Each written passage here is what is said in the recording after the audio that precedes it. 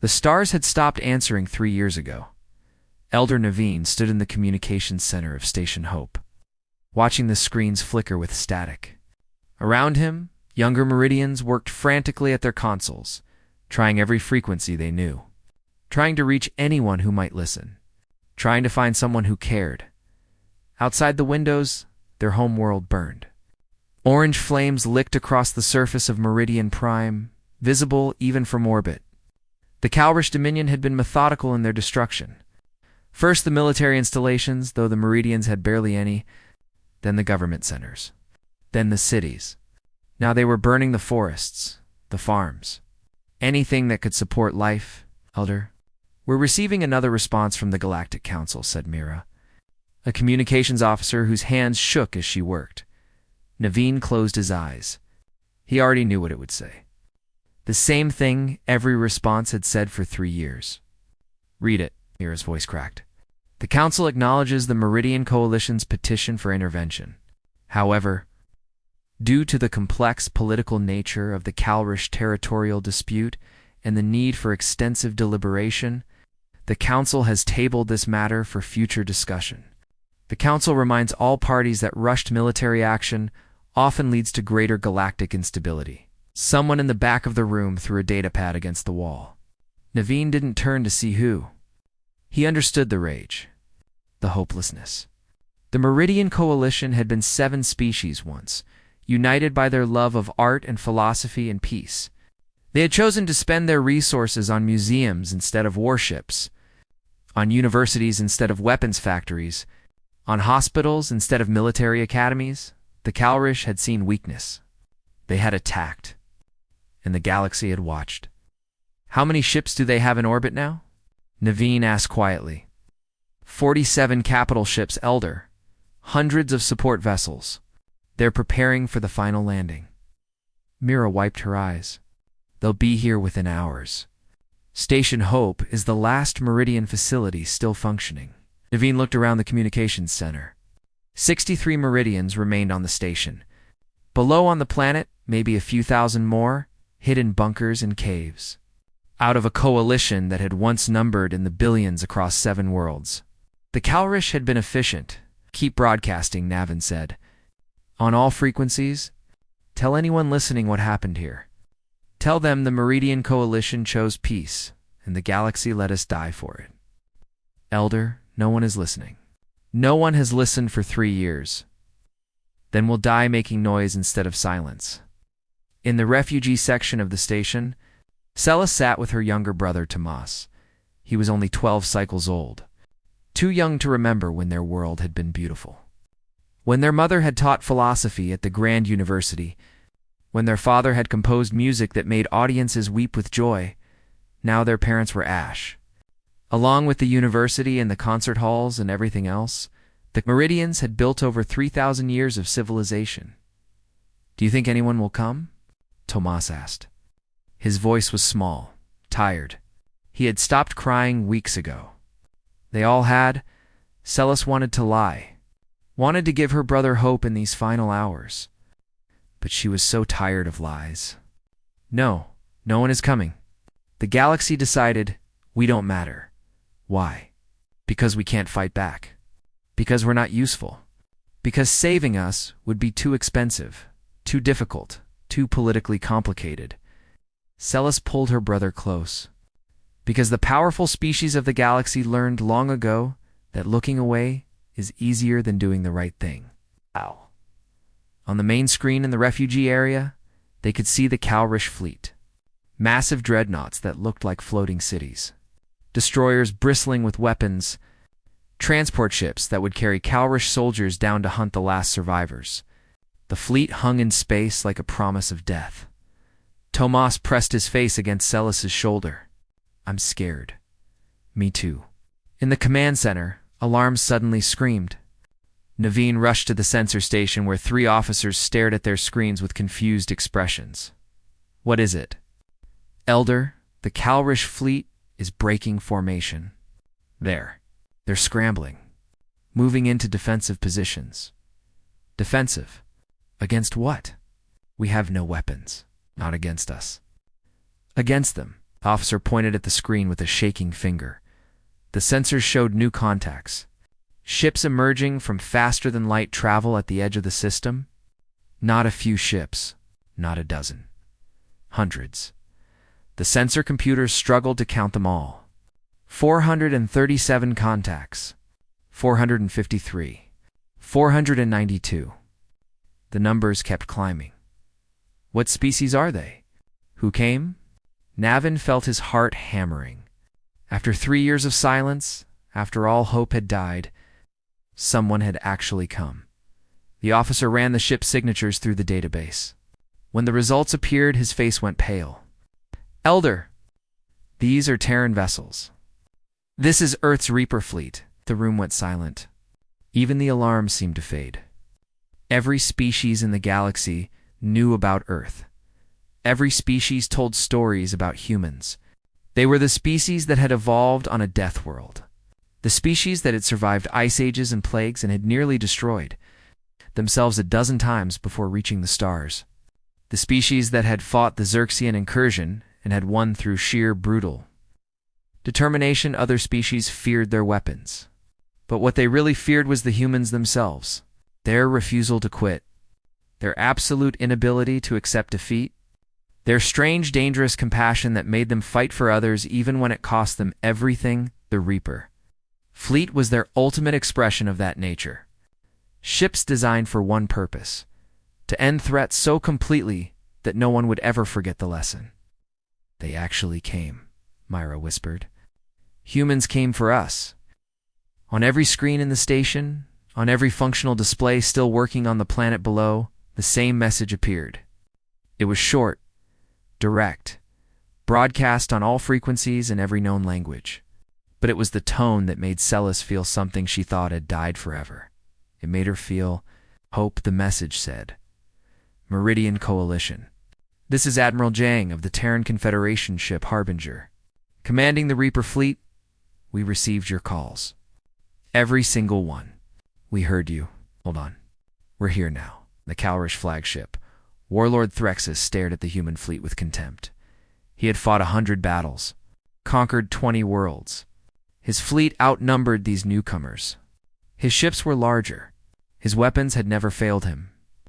He opened a channel to the human admiral. You are interfering in Calrish territory. Leave now or be destroyed. The response came quickly. 3 words. Cold. Final. Promising violence. Leave or burn. Threxus laughed. These humans thought they could threaten him. He gave the order his crew had been waiting for. All ships. Open fire. Show these primitives what real power looks like. The Calrish fleet unleashed a wall of plasma fire that lit up space. Enough firepower to crack a moon? Enough to vaporize a lesser fleet. The human ships began to move. And the galaxy learned once again why humanity was feared. The Calrish plasma fire should have destroyed half the human fleet. Threxus had calculated it perfectly. 300 ships, focusing their weapons on the approaching human vessels. Enough concentrated energy to turn metal into vapor. Instead, the human ships scattered like a school of fish, sensing a predator. They moved in ways that shouldn't be possible. Sharp turns that should have torn the vessels apart from the GI forces. Sudden stops and acceleration that defied physics as the Calrish understood it. Individual ships acting independently, yet somehow coordinated. Like a swarm of insects that shared one mind. Only 3 human ships took damage from that first volley. 2 lost shields. 1 lost part of its outer hull plating. All 3 kept fighting. Impossible, Threxus muttered.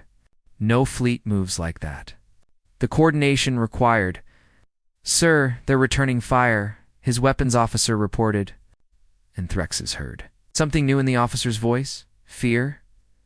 The human weapons were different from anything in the Calrish arsenal. Kinetic accelerators fired projectiles at relativistic speeds. Simple metal slugs moving so fast they hit with the force of small nuclear weapons. They punched through Calrish shields like they weren't even there. Where they hit whole, they kept going. Tearing completely through ships and out the other side. Plasma torpedoes followed. but these burned hotter than anything the Calrish had encountered. Calrish hull plating was designed to withstand temperatures up to 10,000 degrees. The human plasma burned at 50,000. Ships touched by those torpedoes simply melted. Their armor running like water, and then there was the weapon no one had expected. No one had even imagined. 3 Calrish dreadnoughts suddenly crumpled. Not exploded. Not burned. They folded in on themselves like paper being crushed by an invisible hand. The ship's own mass turned against them as the humans generated localized gravity, well strong enough to overcome structural integrity. Crews inside were killed instantly as their ships became their own graves. All ships, evasive maneuvers? Threxus shouted. Focus fire on individual targets. We outnumber them. But numbers didn't matter when you couldn't hit your target. The human ships moved in three-dimensional space with a freedom Calrish vessels couldn't match. They dove under ships, rolled over them, accelerated past them at speeds that should have been suicidal. And they never stopped firing. A Calrish carrier, the Domination, took 16 kinetic rounds in 7 seconds. Its shield collapsed. Its hull breached in a dozen places. Atmosphere vented into space, along with 300 crew members. On Station Hope. Celis watched the battle with her mouth open. The Meridians had never been warriors, but they understood enough to see what was happening. The humans weren't just winning. They were dominating. The feared Calrish fleet was being torn apart. How are they doing this? Someone whispered. Elder Naveen stood transfixed by the displays. They evolve for war. We evolve for art. Look at the difference. A human destroyer took a direct hit from 3 Calrish ships. Its shields failed. Its hull cracked open.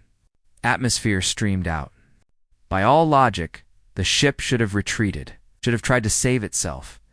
Instead, it turned toward the nearest Calrish carrier and accelerated. Maximum burn. Straight into the enemy ship. The destroyer's crew had 30 seconds to evacuate. The sensor data showed most of them didn't even try. They rode their dying ship into the enemy. The destroyer hit the carrier at full speed and detonated its reactor on impact. The explosion consumed both ships and damaged 3 others nearby. 200 human lives traded for 1,000 Calrish and a strategic asset. They fight like demons, Mira said quietly. Like they don't care if they die. No, Naveen said. They fight like they care more about stopping evil than about their own survival. That's more frightening. Threxus was panicking now. Half his fleet was destroyed or disabled. The humans had lost maybe 30 ships. The math was impossible. His forces were superior. His weapons were tested. His crews were experienced. None of it mattered. Retreat. He ordered, all ships, retreat to jump coordinates. We'll regroup, and we'll... Negative, a cold voice said in perfect Calrish over the command channel. Admiral Zhang, you came here to exterminate an entire species. You burned their worlds. You killed their children. You laughed while they begged for mercy. Calrish ships tried to break away, tried to reach minimum safe distance for a jump to faster than light speed.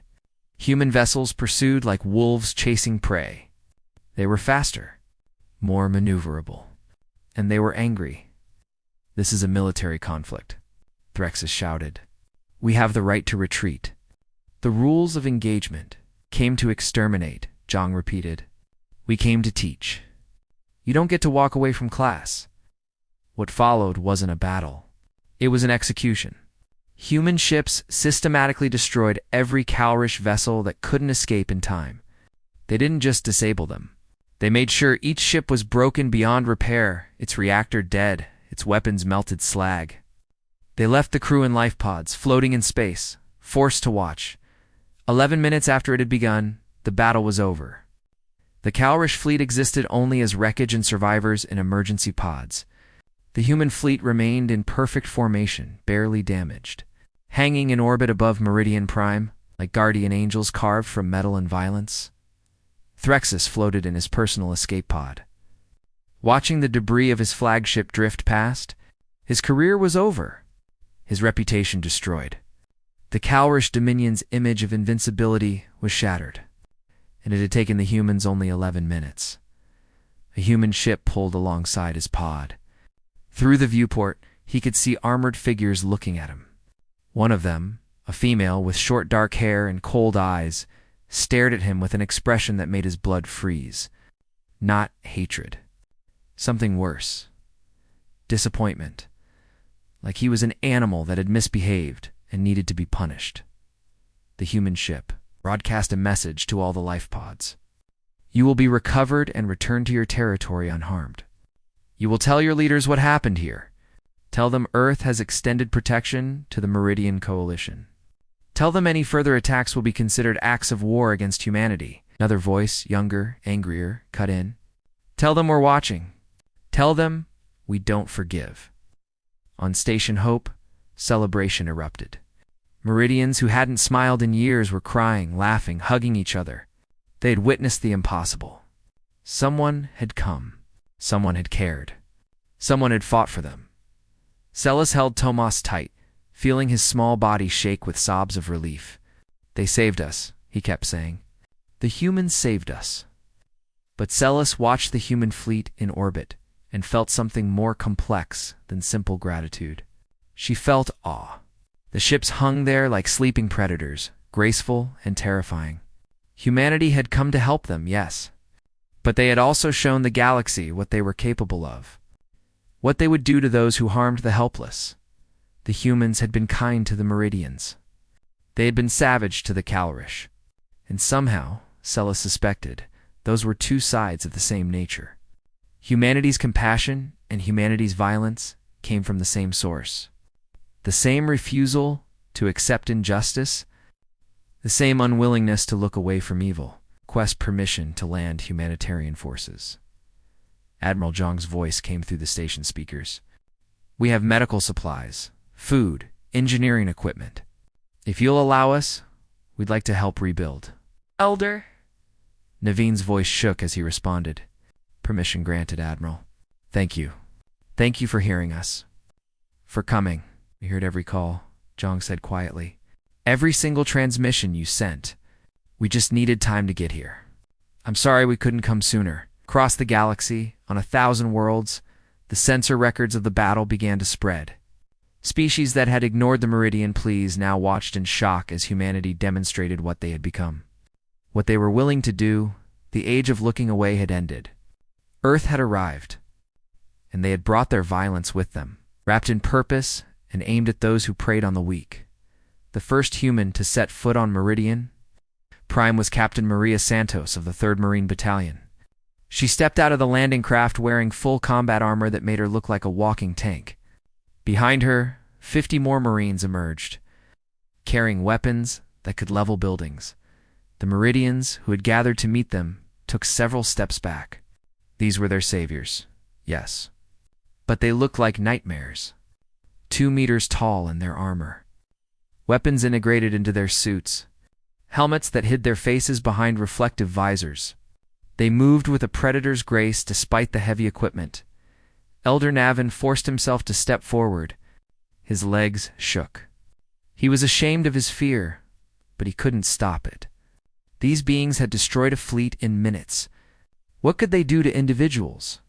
Santos removed her helmet. Underneath was a woman with dark skin, dark eyes, and black hair pulled back in a tight braid. She looked tired. Human. Wonderfully human, despite the terrifying armor. She looked at the gathered Meridians, and her expression softened. Elder Navin, she asked. Her voice was rough, accented, but she spoke Meridian clearly. Yes, Captain Santos, we cannot express our gratitude. You saved. Don't thank me yet, Santos said. We need to do an assessment. How many survivors are there? What resources do you need most urgently? Where are the injured? It was so practical, so direct. Naveen had expected speeches, ceremonies, diplomatic protocols. Instead, Santos was treating this like a job that needed doing. We have approximately 3,000 survivors on the planet. Another 63 on Station Hope. We need medical supplies desperately. Food. Clean water. Most of our infrastructure is destroyed. Santos nodded and turned to her Marines. Davidson Wells set up the medical triage center. Chen, get the water purification units operational. Rodriguez, start surveying the power grid. Everyone else, start distributing the supply containers. Move. The Marines scattered with frightening efficiency. Within minutes, equipment was being unloaded. Medical stations were being erected. Human engineers were examining damaged buildings and taking notes on portable computers. They worked with the intensity of people who had done this before. Many times, Celis watched from a distance with Tomas. Other landing craft were arriving, bringing more humans. Not just soldiers. Medical personnel in different uniforms. Engineers with specialized equipment. Even what looked like construction workers. They're staying? Tomas asked. I think so. For now, one of the Marines walked past them, carrying a container marked with red symbols. He was enormous even without the armor, nearly 2.5 meters tall, with muscles that strained against his uniform. He noticed them staring and stopped. Celis tensed, pulling Tomas closer. The Marine set down his container and knelt, making himself smaller. He pulled something from his pocket. Ration bars? He offered them to Tomas with a gentle smile. Hey kid, you hungry? These taste like cardboard, but they'll fill you up. Ow! Tomas looked at Celis, who nodded slowly. Her brother took the bars with shaking hands. Thank you, he whispered. No problem. What's your name? Tomas. This is my sister Celis. I'm Corporal Jackson. Me and my squad are setting up a shelter area for families. You two got a place to stay? Celis shook her head. Our home was destroyed. We've been living in a bunker. Jackson's expression hardened. Yeah, we saw a lot of that from orbit. Come on, I'll get you set up with a proper tent and some blankets. Can't have kids sleeping in bunkers. He picked up his container with one hand like it weighed nothing and gestured for them to follow. As they walked through the ruins of what had been the capital city, Celis saw more humans working. A team of medics was treating an elderly Meridian's burns with technology that made the wounds heal before her eyes. Engineers were repairing a water pump that had been damaged in the bombardment. A group of soldiers was clearing rubble from a collapsed building, moving blocks of concrete that should have required machinery. Why are you doing this? Celis asked Jackson. You saved us already. You don't owe us anything more. Jackson was quiet for a moment, his jaw tight. My grandmother was in a camp once, back on Earth, before we made it to space. Bad people did bad things, and the world looked away. She survived, but a lot didn't. She used to tell me and my brothers that if we ever had the power to stop something like that from happening to someone else, we had to use it. No excuses. He looked down at Tomas. Kids shouldn't have to be scared. Shouldn't have to wonder if they'll eat tomorrow. If we can fix that, we fix it. They reached a cleared area where humans had set up dozens of large tents. Inside, Meridian families were receiving supplies, medical attention, and food. Real food, not just ration bars. The humans had brought ingredients and were cooking hot meals.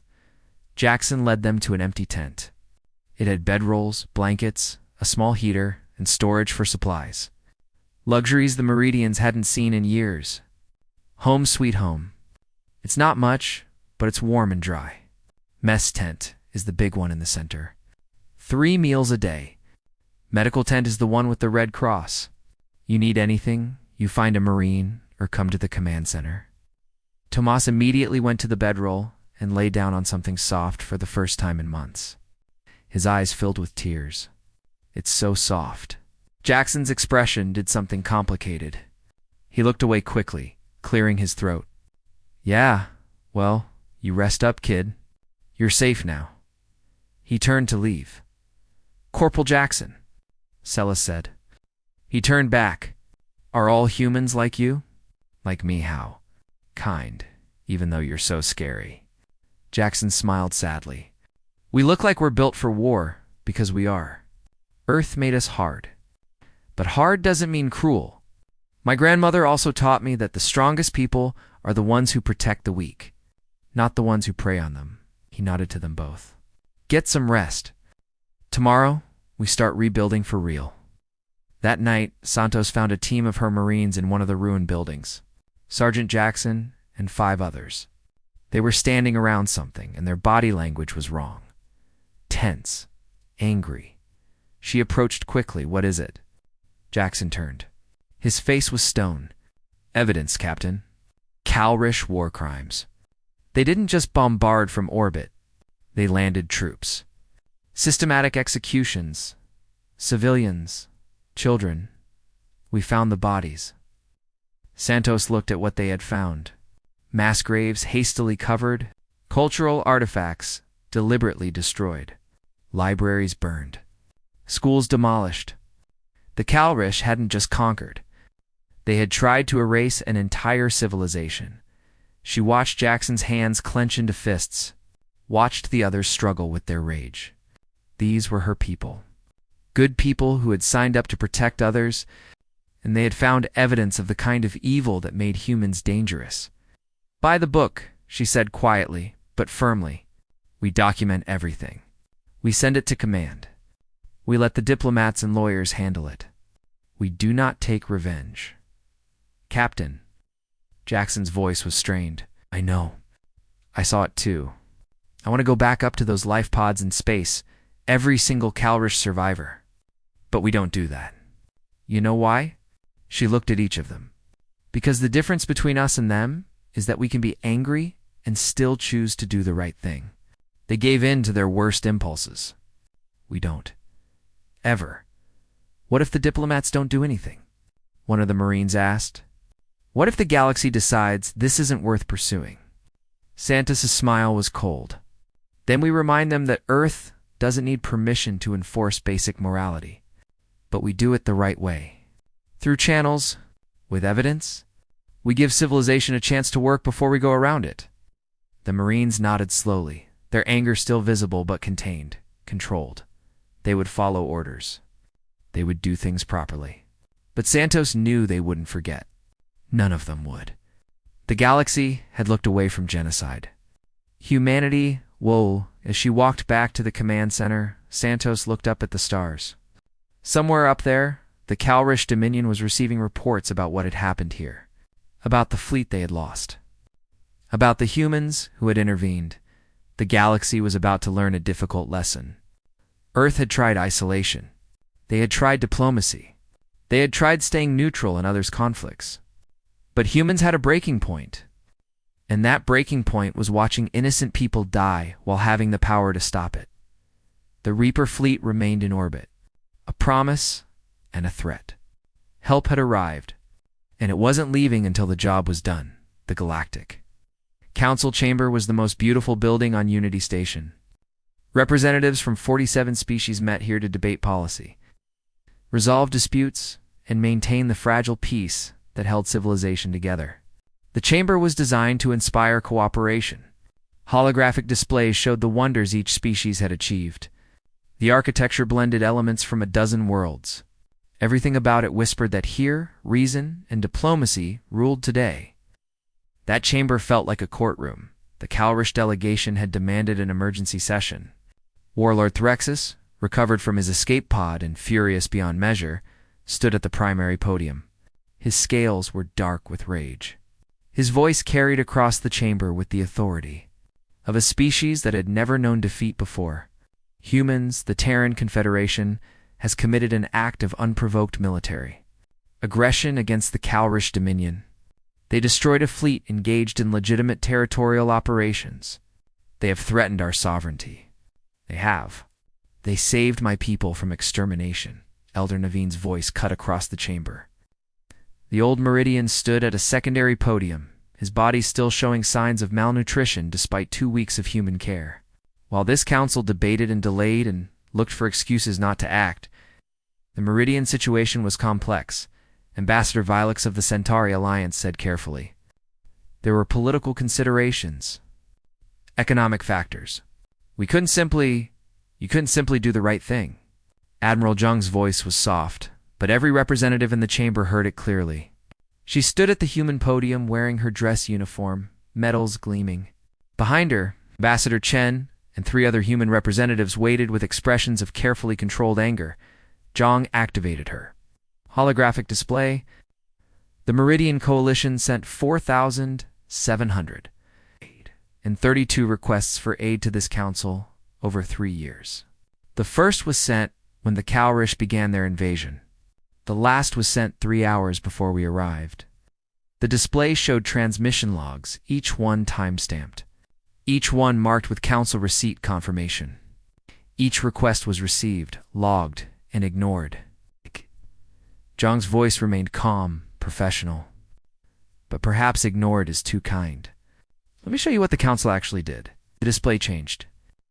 Now, it showed internal council communications, debates about the Meridian situation, and the representatives shifted uncomfortably in their seats as their own words were played back to them. The Meridian Coalition has no strategic value. Intervention would be costly with minimal benefit. That was Ambassador Velix, cannot antagonize the Kalrish Dominion over a minor territorial dispute. The Dracan representative. 7 species is regrettable, but not worth a council-wide conflict. The Zephyr delegate. On and on it went. 3 years of discussions where the council had found every reason not to act, had weighed costs and benefits, and decided that genocide was regrettable, but not a priority. Zhang let the silence stretch after the recordings ended. Then she played audio. Meridian transmissions. Children crying. Elders begging. Cities burning in the background. The sounds of a civilization dying while asking for help that never came. You want to sanction Earth for unprovoked aggression? Zhang asked quietly. For responding to a genocide that every single one of you witnessed? That you all had the power to stop? Then let's be clear about what you're really angry about. She looked around the chamber, meeting the eyes of every representative who would look at her. You're not angry that we intervened. You're angry that we made you look bad. That we showed the galaxy what you really are. People who will watch atrocities happen and do nothing because acting might be inconvenient. The human speaks as if morality is simple. Threxus snarled. The galaxy is complex. There are rules, procedures, established ways of letting people die comfortably. Ambassador Chen stepped forward. Of making sure your hands stay clean while others suffer. We have a phrase on Earth. All that is necessary for evil to triumph is for good people to do nothing. You are the good people. The ones with power, resources, and authority. And you did nothing. We have another phrase, Zhang added. Her smile was not pleasant. It's from something called the Nuremberg trials. I was just following orders is not a defense. Neither is it wasn't our problem. The council chamber erupted in argument. Representatives shouting at each other, at the humans, trying to justify their inaction. The noise grew until the council arbiter, a massive silicon-based being who rarely spoke, slammed their crystal appendage on their station. The sound rang like a bell, silencing everyone. The humans have made their point, the arbiter said in their slow, grinding voice. The council failed the Meridian Coalition. This is documented. This is fact. The question now is what comes next. Zhang nodded. Earth has a proposal. We call it the Terra Doctrine. The display changed again, showing a formal document. Ambassador Chen began to read. First, any species engaged in systematic extermination or genocide will face immediate human military intervention, regardless of council approval or political considerations. The chamber exploded again. You cannot unilaterally, Second Chen continued, raising his voice. Any species that requests Earth's protection will receive it. We will establish defensive fleets, provide military training, and ensure no aggressor can repeat what happened to the Meridians. This is chaos. This undermines the entire structure of. Third, Earth will not claim territory, demand tribute, or establish vassal states. Protection is offered freely to those who need it. Impossible. Ambassador Velix stood, his tentacles writhing with agitation. The economic burden alone. No single species can afford to be the galaxy's unpaid military. Your own people will never accept. Our people already accept it, Zhang said. We took a vote. Every nation on Earth, every colony, every station. 92% in favor. Humans don't want to be conquerors, but we're done watching people die when we have the power to stop it. You're talking about making Earth into the galaxy's police force? The Draken representative hissed. You'll be everywhere, involved in everything, deciding what is and isn't acceptable behavior. Only for genocide and extermination, Chen said. We're not interested in territorial disputes, trade conflicts, or political squabbles. We're drawing one line. Don't systematically murder entire species. If you can follow that simple rule, you'll never see a human warship. And if we reject this proposal, Threxus demanded. If the Council refuses to legitimize your intervention, Zhang's expression went cold, then we do it anyway. The Terra Doctrine doesn't require Council approval. We're informing you, not asking permission. Earth is withdrawing from the mutual non-intervention pacts. We're serving notice that genocide is now Earth's business, wherever it happens. This is insanity, Velix said, but his voice had lost its certainty. You'll bankrupt yourselves. Stretch your resources too thin. Make enemies of half the galaxy. How long can you possibly sustain this? How long have humans existed? Ambassador Chen smiled. We survived ice ages without fire. We survived plagues without medicine. We split the atom and went to space and colonized other worlds despite everyone saying it was impossible. We've been doing impossible things since we learned to walk upright. He gestured at the Terra Doctrine. This is just the latest impossible thing we're going to do anyway. Zhang pulled up one final image. Station Hope, rebuilt. Meridian Prime, with new structures rising from the ruins. Meridian children playing, laughing, alive. The Reaper fleet carries enough supplies to support the Meridian Coalition for 2 years. We've left construction equipment, medical facilities, and defensive platforms. We'll be back with more, and we'll keep coming back until they're stable. We have 16 other situations across the galaxy that look like the Meridians, Chen said. Species being oppressed, exterminated, wiped out while everyone watches. We're already moving fleets toward 8 of them. The others will follow. You can't. The Threxus started. We already are, Zhang said simply. The Reaper fleet was our largest response force, but we have 12 other major fleets, hundreds of smaller task forces, and we're building more. Earth has decided that this is what we're using our resources for, not conquest, not empire, protection. Elder Navin, who had been silent through most of the debate, spoke up. His voice was quiet, but it carried. This council had 3 years to help us. 3 years to show that civilization meant something. That the powerful would protect the weak. That the rules and procedures everyone talks about were worth something. He looked around the chamber. You failed. The humans didn't. I don't care about your politics or your economics or your concerns about galactic order. My people are alive because Earth cared when no one else did. The Arbiter was silent for a long moment, their crystalline body refracting light in complex patterns. Finally, they spoke. The Council cannot stop Earth from implementing the Terra Doctrine. We lack the military force, and perhaps more importantly, we lack the moral authority. The Meridian case has proven that our system failed. Then we'll be enemies, Zhang said. If the Council opposes our efforts to stop genocide, or the Arbiter said, the Council adapts. Earth is correct that we failed.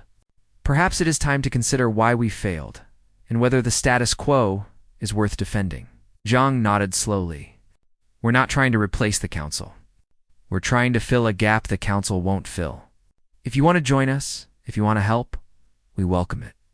If you want to oppose us, she looked at Threxus. Ask the Calrish fleet how that worked out. The session ended in chaos. Half the Council representatives furious. Others thoughtful. Some quietly relieved that someone was finally willing to act. Earth had thrown down the gauntlet. The galaxy would never be the same. 6 months had changed everything. Celis stood in. Central square of what had been ruins and was now a city being reborn. Meridian architecture blended with human engineering. The humans had insisted on that. They could have built faster using their own designs, but Captain Santos had been firm. This is your world, your culture. We're helping you rebuild, not replacing what you were. The result was beautiful. Buildings that honored Meridian artistic traditions but incorporated human structural reinforcement. Gardens designed by Meridian landscape artists, but using human terraforming technology to help the soil recover from bombardment. Schools where Meridian teachers taught Meridian philosophy, but human educators shared lessons about resilience and hope. The humans were leaving today. The Reaper fleet was being recalled, needed elsewhere. There were other species in danger, other civilizations crying out for help. The Terra Doctrine was being tested across the galaxy. Celis found Captain Santos near the landing zone, supervising the final equipment transfers. The captain looked older somehow, tired but satisfied. Around her, Marines worked alongside Meridian volunteers, teaching them how to maintain the defensive platforms, how to use the communications equipment, how to call for help if the Calrish ever returned. Captain Santos. Celis approached slowly. Santos turned and smiled. It was a real smile, the kind that reached her eyes. Celis, come to say goodbye? Come to ask questions. If you have time, for you? Always. Santos gestured to a bench overlooking the square. They sat together, human and Meridian, watching the city come alive around them. Why do you do this? Celis asked. It was the question that had haunted her for months. Your own worlds must need these resources. Your soldiers could be home with their families. Earth gains nothing from protecting us. So why? Santos was quiet for a long time. Her eyes tracked a group of Meridian children playing in the square. Tomas was among them, laughing, finally looking like a child instead of a war survivor. Human Marines had taught the kids some Earth game involving kicking a ball. The Marines had lost badly but seemed delighted about it. My grandmother survived something called the Rwandan genocide, Santos said finally. Back on Earth, before we even had fusion power. Almost 1 million people killed in 100 days. The world knew it was happening. Could have stopped it. Didn't? Why not? Same reasons the Galactic Council gave. It was complicated. It was expensive. It wasn't their problem. There were political considerations. Santos's voice was bitter. My grandmother lost her entire family. Parents, siblings, cousins, everyone. She survived by hiding in a drainage pipe for 3 weeks, drinking rainwater and eating insects. Celis felt her breath catch. I'm sorry. She made it to a refugee camp eventually. Got to Europe. Built a new life. Had my mother who had me. But she never forgot. She used to wake up screaming from nightmares. Used to cry on certain dates. And she used to tell me and my brothers the same thing over and over. Santos looked at Celis directly. She said the worst thing wasn't the people who hurt her. It was all the people who could have helped, but didn't.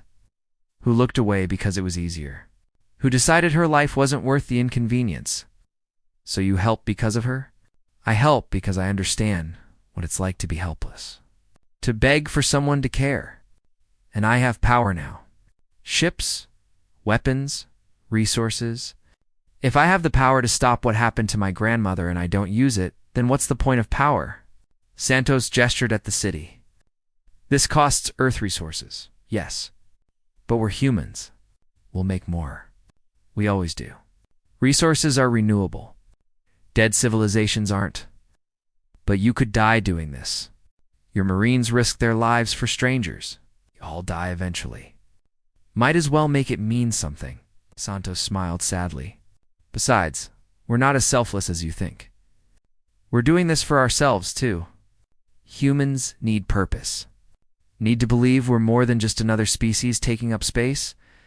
Fighting for others gives us that. Human transport shuttle landed nearby, kicking up dust.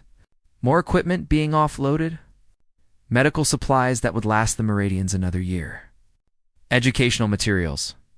Entertainment files from Earth. Music, stories, art. Ways to remember that life was more than just survival. What happens if you can't protect everyone? Celis asked.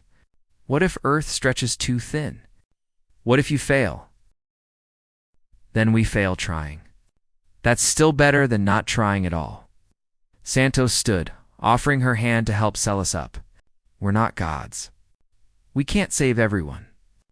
But we can save some. And some is better than none. They walked toward the landing zone together. Tomas ran over a human marine's cap on his head, too big and falling over his eyes. Celis. Celis. Corporal Jackson said, I can keep this. And he taught me how to say thank you in English. Show me, Celis said, smiling. Tomas stood straight, saluted sloppily the way the Marines had taught him, and said in careful English, Thank you, Marines. For everything. Jackson appeared behind him, grinning. He was in full armor now, ready for deployment. Kid's a natural. He's been teaching me Meridian swear words in exchange. Don't tell the captain. I heard that, Sergeant Santos said without turning around. Worth it, Captain. More Marines were gathering at the landing zone. They moved efficiently, but Celis noticed something. Many of them were saying goodbye to Meridians, exchanging contact information, promising to write. One young Marine was crying while hugging an elderly Meridian woman who had apparently been teaching him cooking. Real connections had formed here. Will you come back? Tomas asked Jackson. If you need us, kid. We're leaving defensive platforms and communication equipment. You call, we come. That's the promise. Jackson knelt down. But you won't need us. Your people are tough. You survived 3 years of hell. You'll rebuild even stronger. Elder Navin approached, with other Meridian leaders. They carried something wrapped in traditional cloth. Captain Santos, Admiral Zhang. Before you leave, we would like to present you with something. Zhang had come down from the flagship for the departure. She stood with Santos as Navin unwrapped the object. It was a crystal sculpture, breathtakingly beautiful. It showed 2 figures, one Meridian and one human, standing together under stars. Our artists worked together to create this, Navin said. It's called When Hope Answered. We're making copies for every human ship in the Reaper fleet. Zhang accepted it carefully, and Celis saw the Admiral's eyes glisten. We'll treasure this. Thank you. No, thank you. Navin's voice broke. For hearing us. For coming. For teaching the galaxy that civilization means something, that the powerful have a duty to protect the weak. Anyone would have done the same, Zhang said. No, Navin said firmly. They wouldn't have. They didn't. That makes you different. The final boarding call sounded. Marines filed into transports. Equipment was secured. Santos shook Celis's hand one last time. Take care of your brother. Take care of your people. Rebuild something beautiful. We will. And Captain, thank you for showing us what real strength looks like.